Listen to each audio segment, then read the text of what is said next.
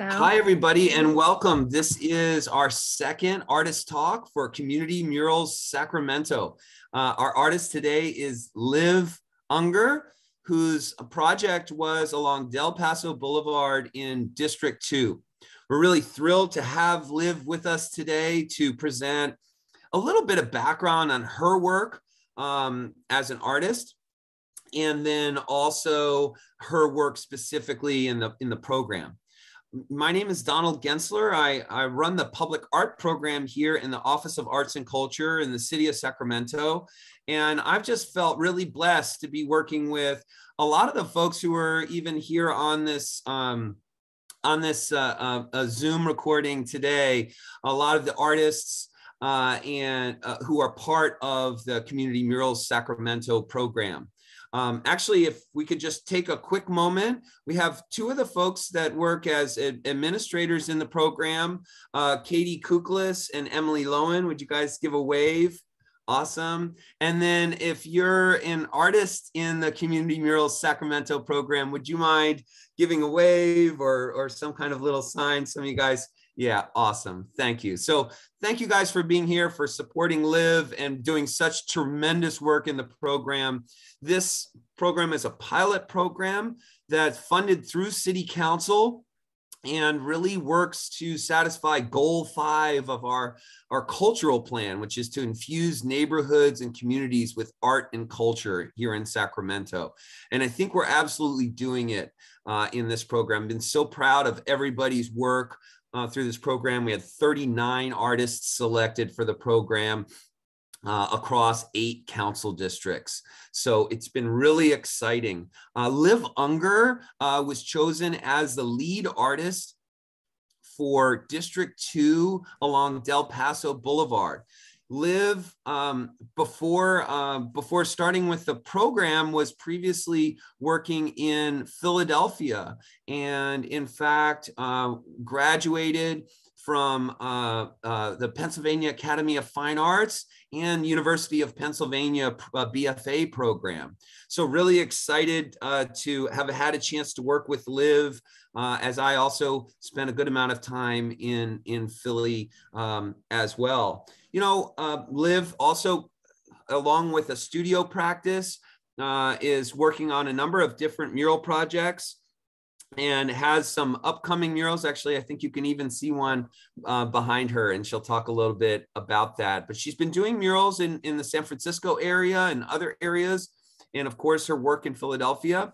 And I think that Liv has brought the real spirit of understanding collaboration and working with communities through her design process, and then even in the painting process, to the program. So I'm thrilled to have Liv here tonight to present her work and then the work that she's done here in Sacramento. And with that, Liv, it's all yours. Awesome. Okay. Well, thank you so much for that wonderful introduction, Donald. Thank you, everybody, for coming. I'm just going to jump straight into it. If you have any questions, just feel free to hold them. I'm going to make sure to go at a certain speed that will allow for questions at the end. So I'm going to share my screen. And then, how's it look? Are people seeing it?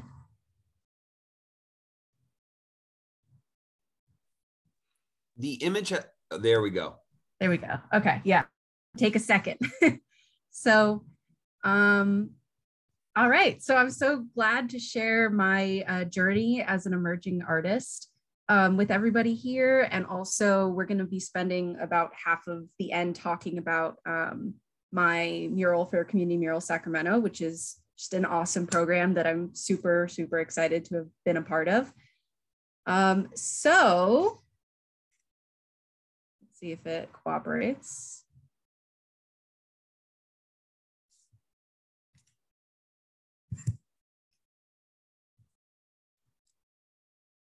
Okay, great. So my mom found this absolutely adorable for me. Oh, still good? Okay. My computer's getting a little bit confused. So the image is not up. So just give it a second. Yeah. Okay, you're good to go. Okay, thank you. Yeah, it might lag a little bit. So just let me know, Donald, if there's any issues.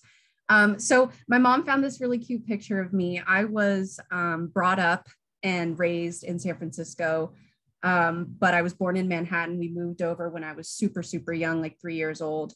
And I've always been an extremely artistic, creative kid. It was always the thing I enjoyed most in my school day. It was my passion from day one. And I was extremely blessed to have a family that was uniquely supportive of my artistic journey. And as such, I decided to go for it and go to a very traditional college on the East Coast in Philadelphia, PAFA, which was both, had all of those traditional things I wanted and also was close to my extended family on the East Coast. So my first few years at PAFA my first year at PAFA was really uncertain. I was just doing figure paintings. I was learning how to paint. I was learning what a studio practice was. And it wasn't until my first summer in Philly when I feel like I truly started to become an artist and understand where I was going, which is when I did an internship with Mural Arts. So I actually, when I went to Philly, I had no idea that Philadelphia has the most murals out of any city in the United States. And there are programs in Philly like Mural Arts that train young artists and really try to bring new artists into the fold. And I got introduced to murals as a career this summer. And it super, super impacted how my life would continue from then on. And after this summer, I also, the theme of large painting didn't leave me. My work at the time was filled with multiples of things. By the way, is everybody seeing the full picture, or does it look like it's cut off on the side to you guys? Looks good. It's a little cut off. It's a little cut off on the right, but I wouldn't sweat it, Liv. You're doing good. Okay. You could probably do in view, you could do full screen or something like that. It might be a little bit better. Yeah, full screen mode. Mm-hmm. Better. Okay. Great. There you go. Perfect. So you can see, I was really obsessed with fish. I grew up going to Monterey Bay Aquarium many, many, many weekends. But what I was really interested in was the theme of large spaces and large numbers. So I did lots of fish schooling. I did these large sweeping landscapes full of color. But I honestly didn't really have an idea of what my art was going to look like as an adult. I even did a good amount of illustration and animation. So this is just some slides of a cute little cartoon that I did in college. And you can see that even for my final show at our all-school exhibition, I was thinking large. So these are some bioluminescent squid on these giant triptych. And on the left, you can see these arapaima fish, which are these giant Latin American fish, and they're almost life-size in the painting. So while I was focusing on fish as the subjects, I think my real aim during this time was to feel that feeling again that I felt that first summer where I was painting something gigantic. And it was something that I thought about my entire college career. And a little bit later into college, I actually met and went to a sort of punk rock fraternity full of people who were the least fraternity people you've ever met.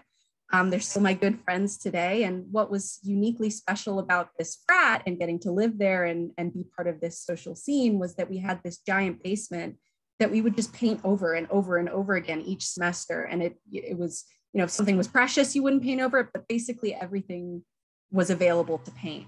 And I must have done 4 or 5 murals down there, just learning the medium, using paint cans donated from our neighbors in West Philadelphia. So using colors that didn't really make sense together and paint that wasn't super high quality and having an absolute blast. I feel like this is when I started to sort of realize that I was going to be a muralist. And you can see I was still figuring out how to make things look normal, large. So Zoidberg here, if you're familiar with Zoidberg from Futurama, it looks a little bit wonky because those were the early days when I was freehanding stuff.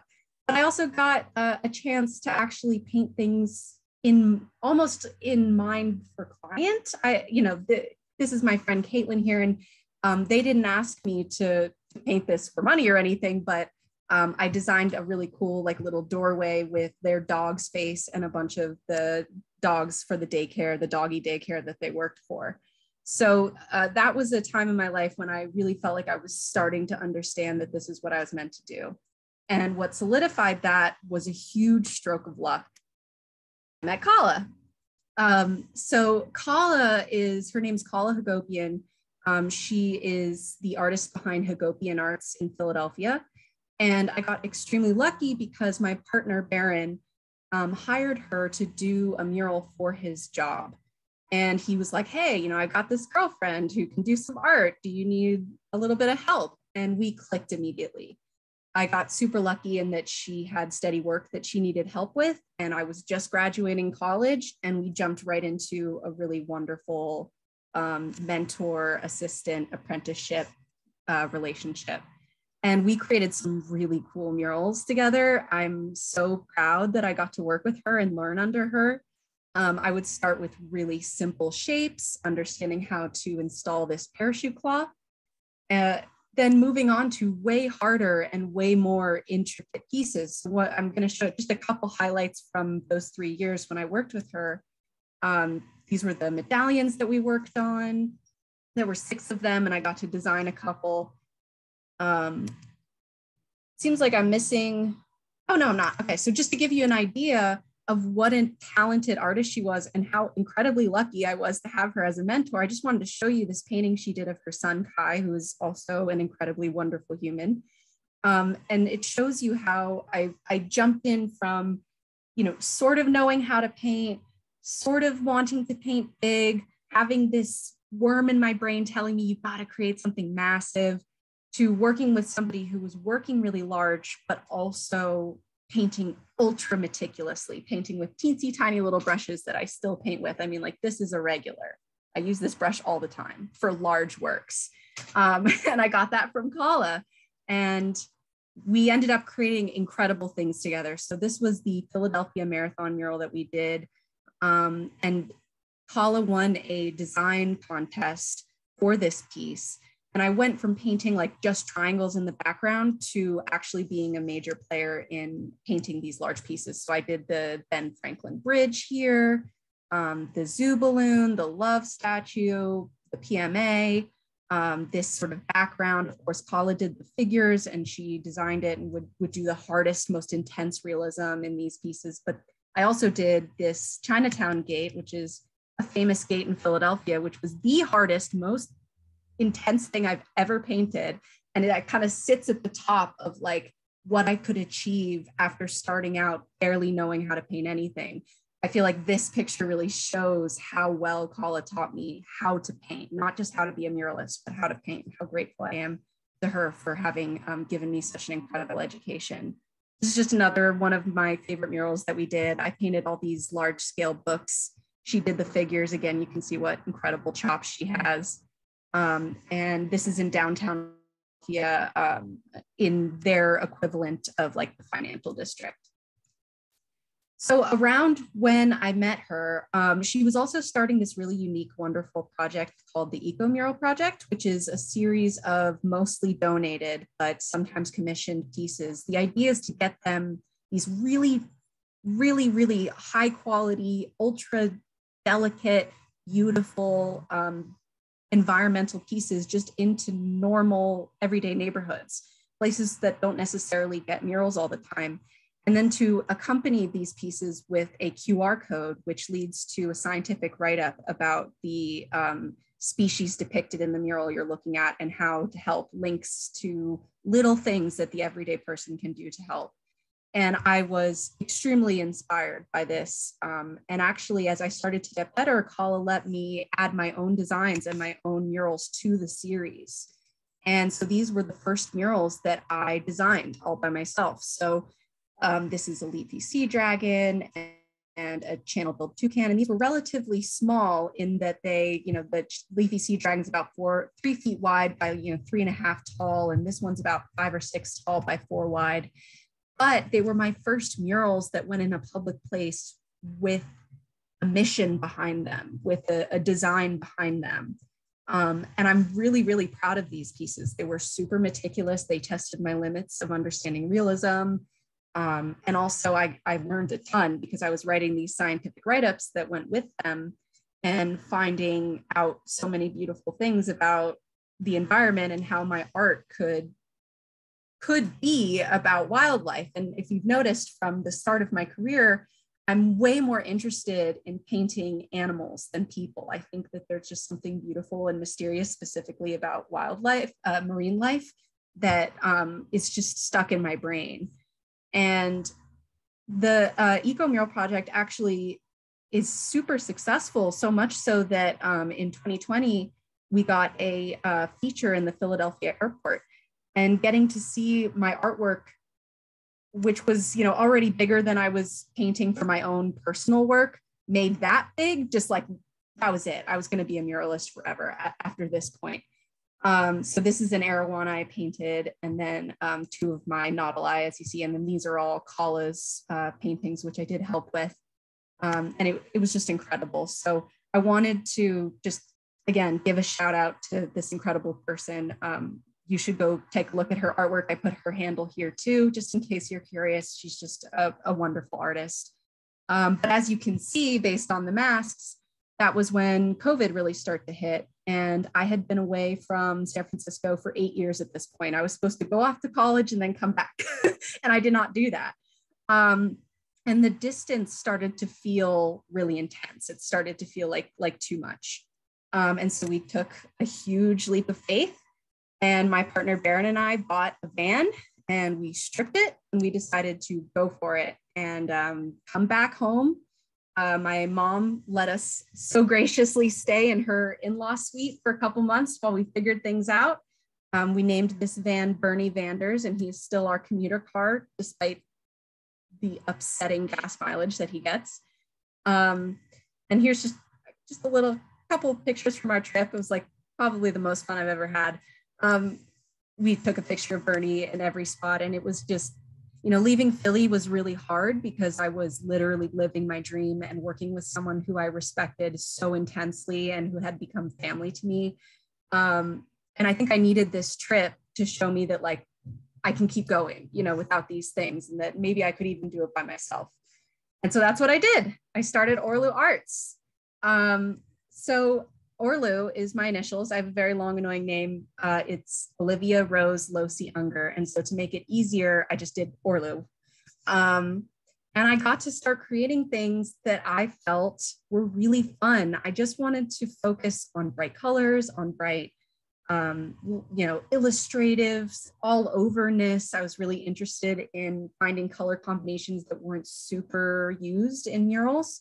And that brings me to one of my favorite pieces I've ever done, which is the Sphinx Cat. It's where a lot of people, if they know of me, I'm very new, so not a lot of people know me, but if they do, a lot of the times it's because they've seen this piece. This is just a perfect example of how much I love weird creatures and how I want to make them giant, and I want to make them center stage, and I want to paint things that people don't normally see in murals, like a leafy sea dragon, like nautili, like a Sphinx cat, like those moths in the previous mural, which are very strange moths, and I'm blanking on their name, but it's something adorable like pink fairy moths. So these are just some examples of the murals that I've done in the past year. It's only been about a year since I really started my own work. This was a celebration of me coming back to California. I had been there when I finished this mural exactly 145 days. And I don't know why that number felt special, but it did. And so I painted a little agave mural to celebrate. And then this is my most recent mural. I don't have professional photos yet, but it shows how I'm going for intensity of color, brightness, happiness, all overness. And then I'm including these pieces, which are certainly informed by the realism I learned with Kala, but are a little bit more impressionistic, a little bit looser. I'm happy to show brush strokes. And I'm slowly sort of easing into a style of my own, which is a really fun journey I'm grateful that I'm on. So that brings us to the main event, which is my mural for Community Murals Sacramento, which I'm calling a Rhythm of the Boulevard. These are me and my two incredible assistants who are just the most badass people ever. Renee DeGarmo, you can see, I'll also put their tags at the end of this, but hers is exhibit_red, and Ellie Gainey, hers is art.ekg. Just wonderful, incredible people.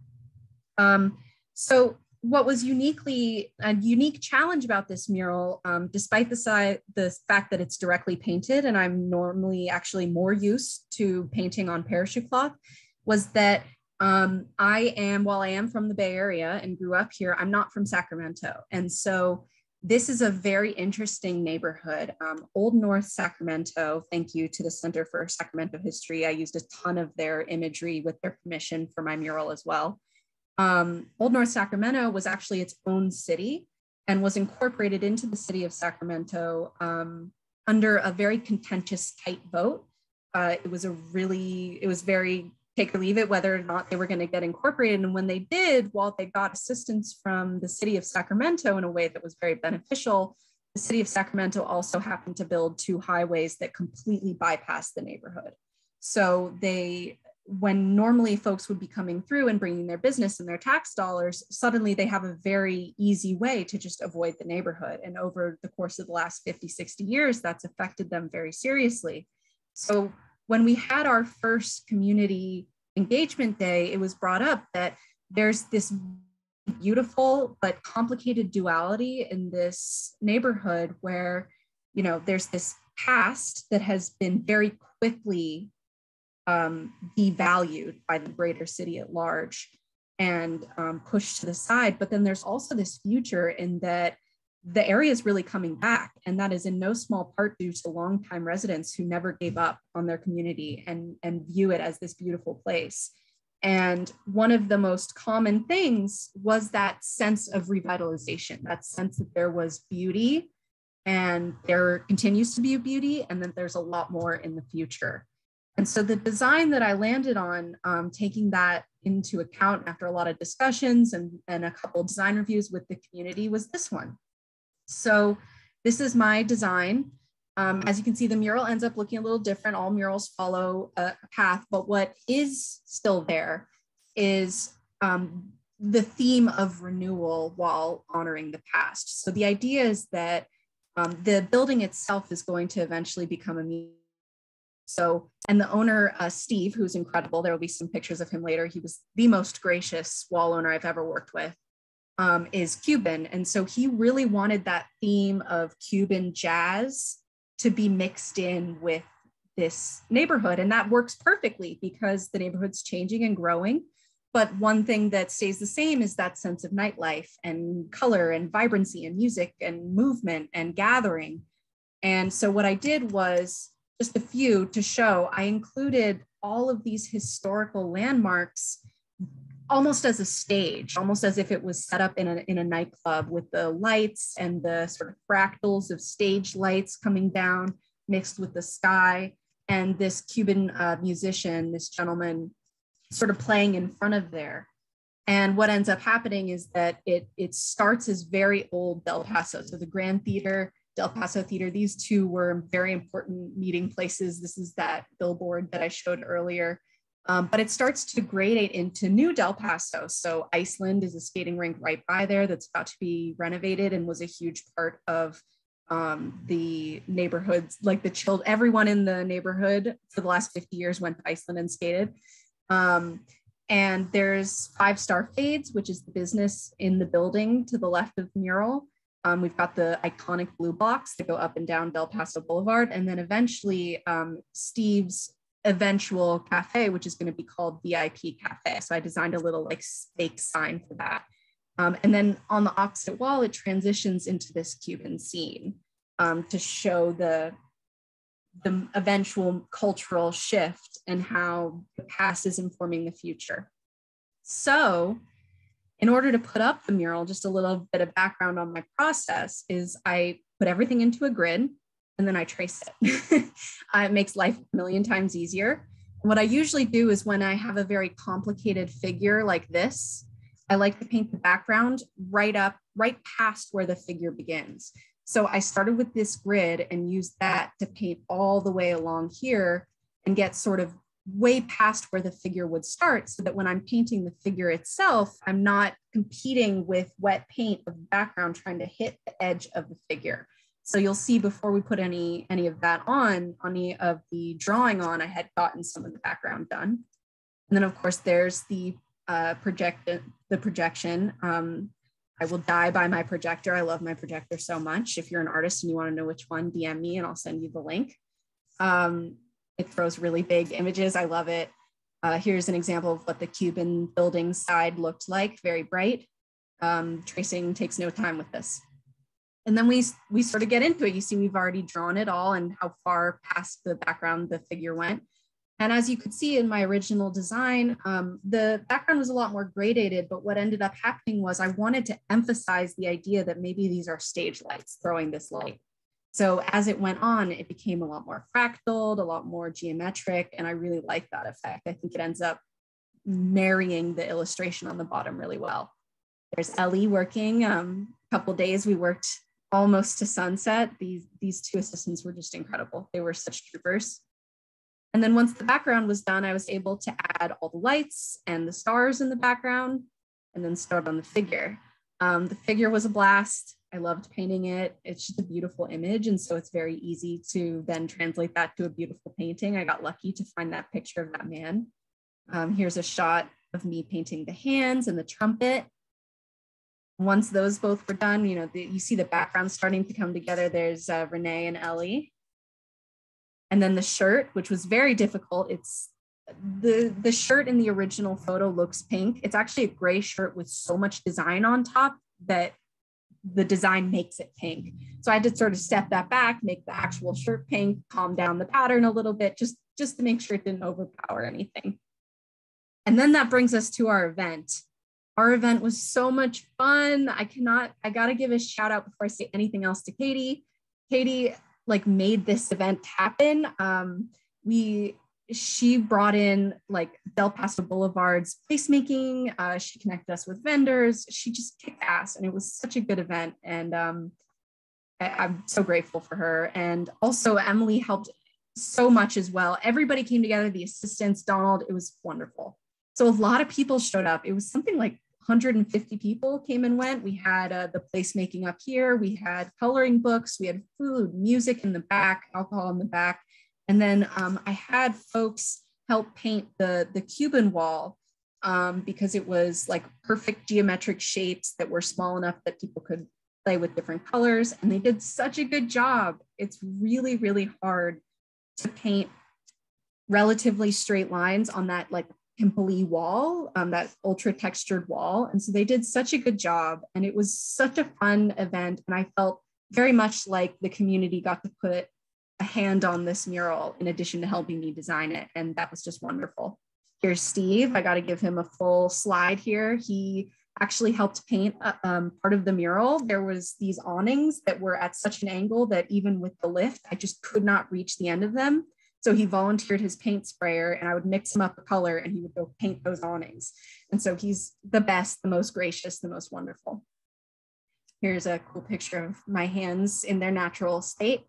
And then also the coloring books that we did, the kids loved those, and that was really wonderful. It was all landmarks from the mural. So you can see Ben Ali was right here. That's the horse statue. And by the end of the day, it looked like this, which is actually way more than I expected folks to be able to finish. So we were super, super grateful for that. And then this is us after we touched it up, made it a little brighter, filled all those lines, and then it was done. And so our event was actually just 1 week before we finished the mural. We wanted to make sure that the majority of it was done and that we could focus on this one little wall and then leave the rest of the space for activities and enjoying each other. And so here's another one of my favorite photos of it. It just came out so well, and I feel like it really does encapsulate what all of those community members were telling me about their neighborhood. And I'm just extremely grateful to have gotten to do it. And then I also wanted to include this, which just makes my little artist heart sing, which is that I knew from the beginning that Steve wanted to put lights that looked like these actually up across the courtyard. And so bear with me, this next picture is not great because it's taken at night on my phone, but like the lights, they work. And it looks like they're continuing into the mural. And when you're in person, it's like the way that it illuminates is kind of a trick of the eye. Like if you're coming up to it from far away, it actually looks like maybe there are more lights there just for a second, but it does work for a second. And so I'm just so beyond thrilled with how it came out. So before I take questions, I know I just blasted through that really quick because I wanted to make sure that there was time for questions. I just want to thank Renee and Ellie for their incredible work.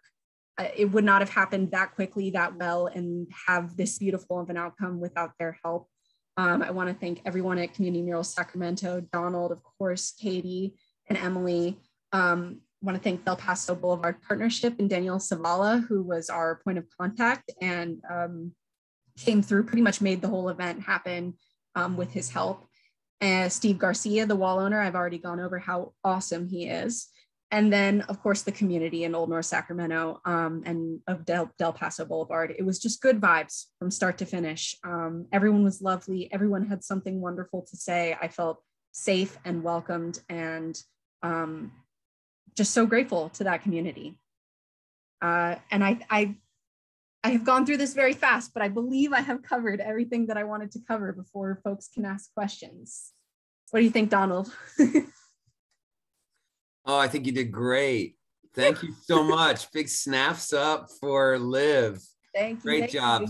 Great job, Liv. I really like how you took us through from baby pictures all the way through Rhythm of the Boulevard. So, and I really like that title. I hadn't heard, I actually, for some reason, I hadn't noticed. You sent me it before, but I had kind of forgotten that that was the title of it. So we're only like juggling 39 of us. No big deal. Yeah. Remember everything. Yeah. So, and we will be getting plaques for all of the projects. Cool. That is in the work, everybody, because I know we have a lot of program folks on here. So wonderful presentation, Liv. I think if you want to go ahead and stop your screen share, it'll be a little bit easier for me to see everybody in the gallery. And what I'd love to do is we have a little bit of time. I'd love to answer, be able to give Liv a chance to answer questions. I have a couple questions, but I want to start out with other folks. And if you would, you can use the, virtual hand raise, or just kind of wave your hand, one of the two, or put your question in the chat, and we can, we can just have a discussion from there. I just did want to say that absolutely, Liv, I've driven by there at night, and I just absolutely love the fact that there's almost this trompe-l'oeil effect with those lights. So that was a huge success. And I saw when you were doing it, and I was like, oh yeah, oh, she's got that. Thank you. Absolutely. So it looks like our own Jaya King is going to start us off here. Jaya says, have you always used Nova Color? Sorry guys, the chat just went away. Have you always used Nova Color in the past? And what other brand mural paint have you used? Says the Golden Rep. Oh. So yeah, actually, I've used a little bit of golden in murals, especially when I want to get interference colors or glitter colors. But no, mostly Nova Color. It's what colleague used as a muralist. Everything else I've used was literally like paint cans donated from neighbors because I posted it on Facebook. So like interior paint. So I'm rooting for Nova Color all day long. Another benefit too is that their gel for parachute cloth is way superior in my experience thus far. I haven't tested it in about a year, but so their formula might have changed, but Golden's gel is not as, it leaves a foggy layer. So basically out of convenience, I order everything at once from Nova Color. So that's why I'm their fan. Yeah, Nova Gel is the best for if you're using the polytab cloth. There's no doubt that Nova Gel is the best. And I have found that you don't need the Super Nova Gel, you just need the Nova Gel. Yep. But I agree. Golden has a whole line of GAC mediums, but for the cloth, the Nova Gel works the best. I will say, and I'm kind of winking at Jaya on this one, but they Golden does have a line of mural paints that they recently came out with and developed with a lot of artists in Philadelphia. Yeah. And they actually came out. I mean, this isn't this isn't an advertisement for Golden, but they came. I wanted to be very thankful to them. Came out and worked with us in Philly.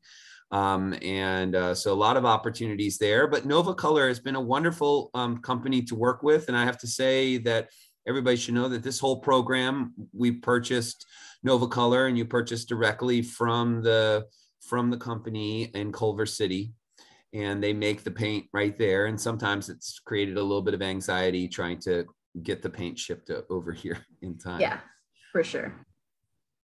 Great. So let's see any other. Okay, I've got another question in the chat. I'm going to go ahead and go with that one because I don't see any other hands up. Artists don't always work well in groups. Can you comment on how it seems the muralist community is more collaborative? Can you talk about that dynamic? That is a great question. I think because the nature of us working so large, you just have to be willing to accept help and work well with others. I think that's like at the base what it is. There are certainly lots of muralists who don't like to work with others, but I've been blessed in working with some of the coolest people and artists ever. And so I try very much not to isolate myself too much, especially when I'm working in parachute cloth like I am now, and I'm just inside all day. So yay on teamwork. And also I think it's just a necessity of the profession to be welcoming of and always looking for help and how to help others. Plus it really helps to learn because you can look at a lot of like oil painters or fine art painters and sort of get an idea of what their work is, but murals really should be observed in person. And especially when you can participate in the creation of them, you learn so quickly. So that's probably my answer.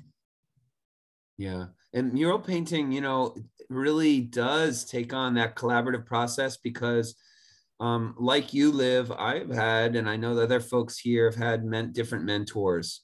And I find that the mural painting community is very welcoming and likes to teach. I don't, people could very easily hold back, the knowledge about applying parachute cloth and everything. And what I've always experienced is everybody's just interested in sharing and spreading that wealth. Yeah. So it's absolutely a very collaborative community. I saw Amy's hand up, but then she put it down. So Amy, you still have a question or did you want to take a little break? I also saw a chat just in case. Okay. Yeah. I say somebody else in the chat here. How do you laminate the cloth to the wall? Oh, yeah. So this is a whole process that Donald and I are both especially really familiar with because it's very popular on the East Coast. And Donald was a working artist in Philadelphia who I really looked up to for many years. And then I got to be brought up in that same culture and group of people. So this is why we know about it so much, but it's not very well known on the West Coast. And it's a material that is feels like somewhere in between canvas and plastic. And what you do is you prime it, you paint on it, sort of like I have here. I'm not sure how well you folks can see, but that's like 5 or 6 sheets. And you can see like some of it's tacked to the wall because my studio is so little. And what you do is you take this super strong glue and you literally glue it to the wall in pieces, almost like a, I don't know, like a poster or a wheat paste, but it's permanent. So it's a very like complicated process, and there's lots of like moving parts and different products to use, but I would be super happy to share literally everything, all the names of everyone. Yeah, like wallpaper.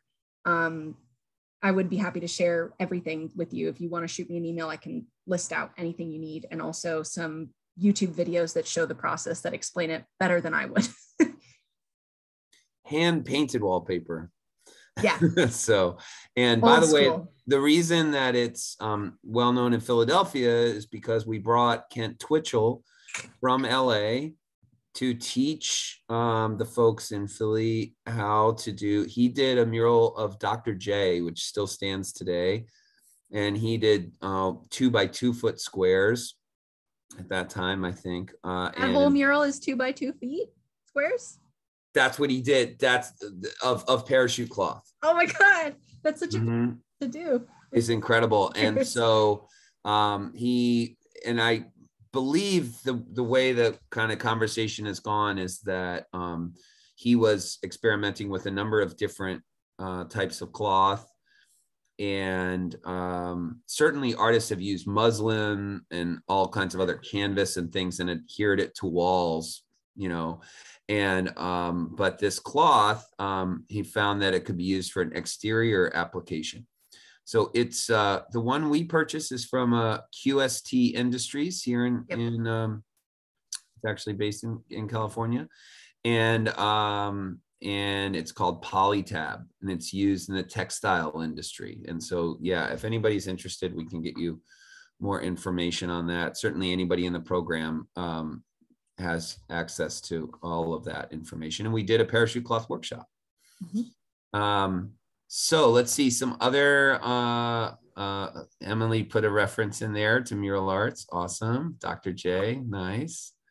Any other questions for Liv? I have a question. Yeah, Nicole. Liv, is there a big difference between how you like treat indoor and outdoor murals, or is it kind of the same process? So I actually had a learning experience recently with this. So I prefer to do indoor murals on parachute cloth. If you're up close to stuff, I really like the opportunity to get to work on it for a long time in my studio and make sure it's like hyper detailed and really accurate. I think on the wall, if it's a giant wall, it's great, but sometimes you can lose some of that delicacy. What I am learning now is that like ceiling murals inside can be a little bit different. So I recently just did a mural for a school, and while, you know, probably only artists would notice this, it has a little bit of streakiness from the sealer that I use. And it's very minute, like seriously, it would be hard to notice, but it irritates me. So my next step is, you know, bringing more detail, making sure that you're ultra clean when you're installing inside. And then my next big step is to figure out how to do a sealer in a way that eliminates even the possibility of streakiness. So I guess it's sort of like attention to detail. Like, are people going to be looking at it 100 feet away, or are they going to be looking at it a foot away? And how do you change your scale and your understanding of how the viewer is going to interact with that as well? Another example is that the one I just did, it's in a hallway. So when you see a photo of it, it looks really, really busy.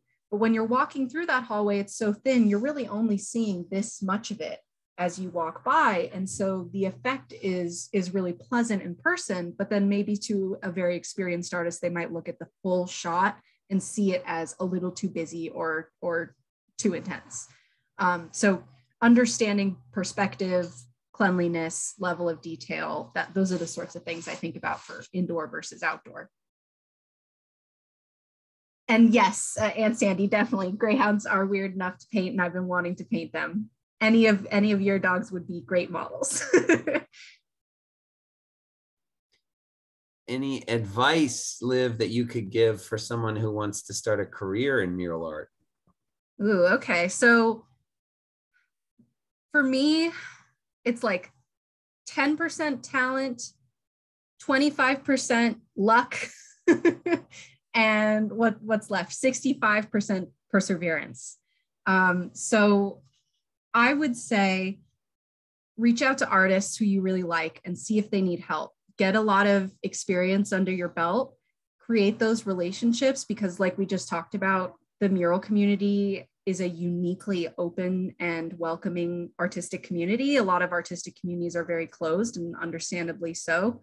And get some mural work under your belt. And then what I would probably do is, if you can learn the parachute cloth method, you can actually paint murals without knowing where they're going to go first. So that's what we did with those eco murals, those little murals. So when I wanted to make a piece and I knew it was going to be really cool, I would just walk into businesses and leave notes on people's door. I've done that hundreds of times, to be like, hey, I have this picture, link to picture. I really want to put this mural up. Would you like a mural? And actually the way that the Sphinx happened, that big cat I painted, is that it was originally going to go on a 8x8 space that became unavailable. And so I just pretty much emailed everyone in San Francisco who might possibly have a space for a mural of that size, and got really lucky for it to land with Hayes Valley Artworks, which puts it in a really high visibility spot. So it's rough advice to give, because I know that it's not like a definite, but jumping in with both feet, having intense perseverance, and continuing to make art even when you don't necessarily have a mural lined up, are like what I would do. But yeah, I know that's, and also being willing to fail. So while I do have like a lot of murals under my belt, I'm really young in my career as an artist, and I get so many rejections. I couldn't even tell you, like my inbox is full of rejections.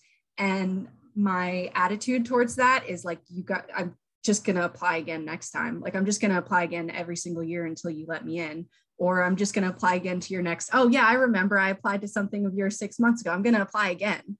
So that perseverance and like never taking no for an answer in the global scale is how I would do it. And it kind of sucks. You have to sort of be a glutton for punishment, but then you get to make art and it's wonderful, and you get to meet cool people and paint really big. So hopefully that helps at all. I know it's not exactly a straightforward answer. Hey, Liv, could you talk a little bit about how you, not so much on the more flat graphic work, let's say on your mural that you did for Community Mural Sacramento, but when you're pre-mixing your color, I'm already kind of giving this away a little bit, but because murals are using so much more paint, you're not just mixing everything on a little palette, or maybe you are, but my guess is that you're probably pre-mixing certain amounts of color. Could you talk a little bit about how you organize your colors? Do you use trays? Do you have a certain gradation in terms of value? What do you do, let's say for that large figure? What did you use to organize your color palette to paint for your murals? So for like you said, for the flat graphic stuff, that stuff is a little bit simpler. You have an illustration, you already know there's 15 colors in it, and you can go on Photoshop and here are my 15 colors and put them against a background so you can see them next to each other, and then you paint them out. But for stuff like the figure or for these big dogs, I'm embarrassed to say I do paint the majority of it on a palette, which is not necessarily the most sane way to do it, especially when the figure is really big. But what I also do is sometimes I'll find 4 or 5 base colors I know I'm going to work with a lot. So for this dog, he's a Mastiff, so he's got this golden coat. So I have like, these are some of the base colors that I'm using for the coat. And then what I'll do is I'll put that on a palette with all of my primary colors and tint them one way or the other, so that way you have some pre-mixed colors that are your base, and then you can edit them and make them sit in light very differently depending on what you're painting. And then I also, I try to save as many colors as possible. I'll try to show you. I have this whole, let's see, I work in a very small studio. I have this whole, you can see it kind of there. I have this whole giant shelf full of colors that I've already mixed. And I often come back to those, like, how many of these can I use? I mean, there's got to be 100 all the way down towards the wall. So I also never limit myself. So if I feel like I'm wasting paint on a project, that's just part of the, that's just part of the biz. I never worry about mixing too much paint, I can always use it later. All of those colors that I'm using for the dog right now are from actually the Sacramento project, and then I was able to use them again. And then the only really important thing to do when you're doing that is to have a key of all the colors, and specifically a key of the colors in their pigment form. So not having the Photoshop file, but actually taking one of the colors and making a whole key on a piece of paper, so that if you ever need to go back and fix that mural, you can, and you don't have that color mixed anymore, you have a pigment reference for that color and you can remix it. And then the nice thing is you become really good at mixing. And so you can just mix anything on the fly. And it doesn't become, you know, a whole thing to have to mix every single color you need right off the bat.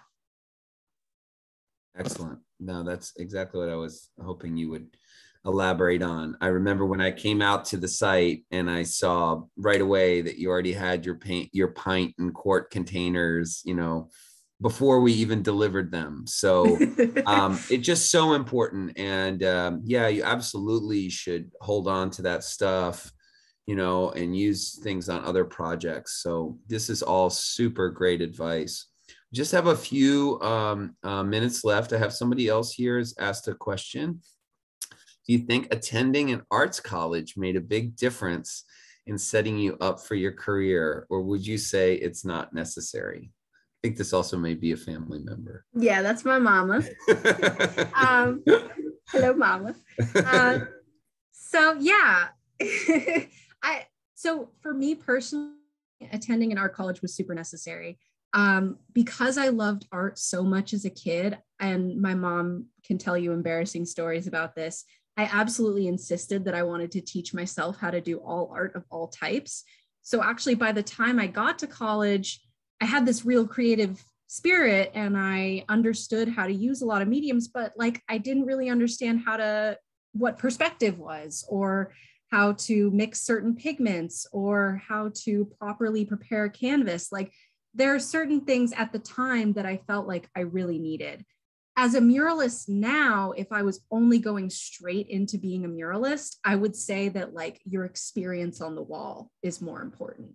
For me at the time, going to a college, learning all of those basic things so that I had the vocabulary to learn from someone like Kala specifically, who takes a very fine art approach to her murals.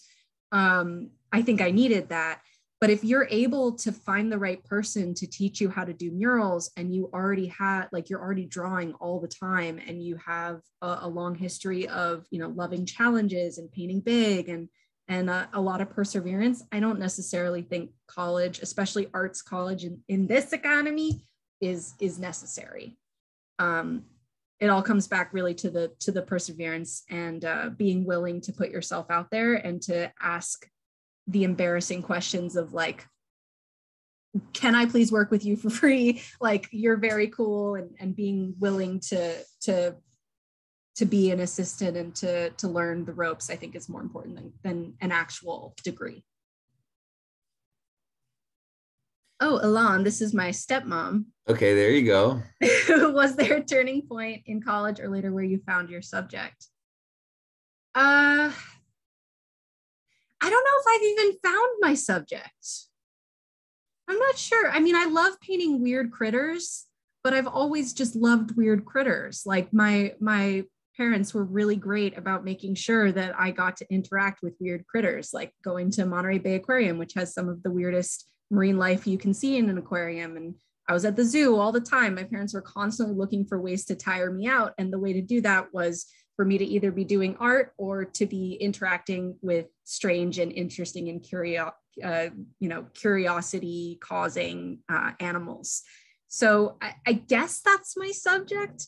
But throughout my mural career, like, because I'm doing murals that tend to be about something bigger than just like whatever I'm doing, I feel like my subject is more about the communities that I put murals in, or how to bring beauty to certain spaces. I don't have a great answer for that question because I'm still very early in my career. So I wouldn't be able to point to one thing and say like, that's my subject. I think it's more just like what I'm interested in, what I am nerdy about.